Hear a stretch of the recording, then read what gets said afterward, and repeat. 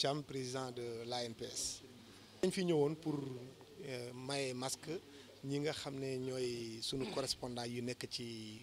région de Thiès wala département de Thiès wala commune de Thiès sax plus précisément parce que keroog bi Macky Sall président de la République waxee képp kuy doomu Sénégal koo xam ne mun nañu jàppale ci xeex mbas mi na ci def loo xam boobu ANPS jëlal na li toll ni 1 million jox ko ñu xalaat ne nag ñu ngi waajal ouverture saison de football 2 janvier bi di ñëw lañ koy tàmbali ñu ne nag wax dëgg yàlla journalistes yi il faut ñu aar leen nag masque moo fi am ak gel hydroalcoolique ak lu ñuy mun a woowee comme thermoflash mooy pour natt seen température moo tax nag ñu jëlee ko Ndakaaru grâce à la fondation Servir le Sénégal grâce au ministère de la santé et de l'action sociale ak suñu yeneen partenaire ku mel ni fédération sénégalaise de football ñu ñëw nag tey jébbal ko ñi nga xam ne ñoom ñooy waa antenne de Thiès parce que week-end bu lay passé ñu ngi woon Saint-Louis ñu ngi continuer aussi comme ça pour dem Mbour leneen li ma si bëggoon yokk mooy que ne ANPS dafa instituer lu ñuy woowee discrimination positive par exemple yombalal ñi nga xam ne ay xale yu jigéen lañu pour ñu mun a dugg ci association bi bu baax moo tax ñu sos lu ñuy woowee ñu samp lu ñuy woowee commission féminine ñooñu nag aussi ñu yokk discrimination positive bi ba yóbbu leen Coupe d'Afrique wala Coupe du Monde wala si yeneen compétition mais bu ñu demee ba réfléchir bu baax dañ si rendre compte aussi généralement rédaction centrale yi du ñuy faral di jël ay journalistes yoo xam ne dañuy nekk si région yi pour yóbbu leen Coupe d'Afrique wala Coupe du Monde waaye amul benn journaliste nag boo xam ne sportif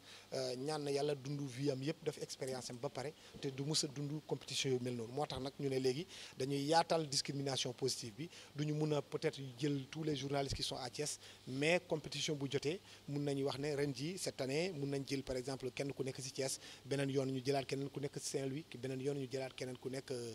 Mbour wala Matam wala feneen loolu daal moo nekkoon sunu tànk tey bi may jeexalee rek mooy ci wàllum formation bi daanaka am na benn kuréel sax bu tudd convention des jeunes reporters mais ñun mun nañ def suñu kéemtalaay kattan pour wut par exemple lu ñu woowee renforcement de capacité parce que sport dafay bëri ay coppite par exemple VAR day ñëw fii tey suba nga dégg penalty bi changé na lii double peine amatul donc yooyu yëpp il faut nga def lu ñu woowee recyclage moo tax nag dañuy yenn saa yi dañuy xalaat mettre benn disposition en place boo xam ne dañuy jël fële ay arbitre wala ay sunu ay yeneen mag yoo xam ne seen xel dafa màcc ci wàllum sport ñu indi leen fii pour renforcer capacité ñi nga xam ne ñu ngi nekk ci région yi formation bi nag dañ koy c'est sur 2 ans 3 ans su ñu amee à Saint-Louis à Thiès fii ay structure comme mel ni INSEP sa xaw ma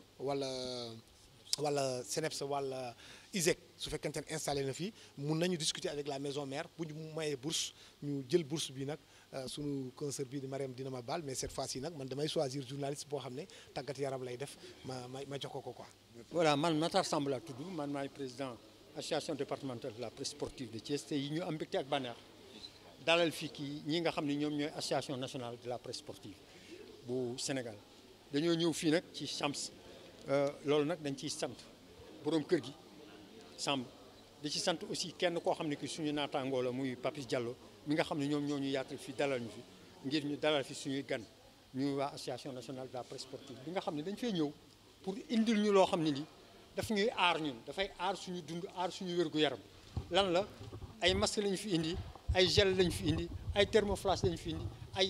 jumtukaay yu ñuy raxase suñu loxo lañu fi indi ngir aar ñu ci lii nga xam ne mooy mbas mi ne ci réew mi nit koo xam ne kii nag day xëy di dox ci loo xam ne daf lay aar wax dëgg yàlla yow amoo loo ko fee lu ñaanal ko yàlla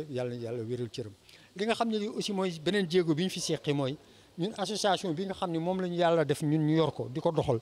daf ci am ay mébét yu ñu amoon te dafa mel ni ñetti mébét yi nga xam ne ñoo gënoon a rëy ci suñuy mébét ñoom dañoo sekkil ñetti dëgg yooyu benn mu njëkk bi mooy formation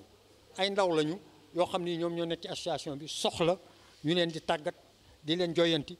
naam am na lu ñu am sax waaye ñu gën a ñoŋal loolu nga xam ne moom la ñu am muy la formation initiale et continue ñoom association bi nee nañ association nationale bi nee nañ incha allahu rabbi dinañ ci ànd ak ñun yombalal ñu ko beneen bi mooy loo xam ne lii ñun dafa nekkoon ci suñu xol di ci nux-nuxi waaye nag ñu muñ loo ko woon yàlla ndax dañoo gis ne lu ëpp ci jongante yi nga xam ni Sénégal mi ngi koy def moo xam fii la wala ci bitim réew journaliste yi nekk Ndakaaru rek ñu daan dem naqari na naqariwuñu ndax bu benn journaliste demee rek dafay mel ni journaliste yëpp la demal waaye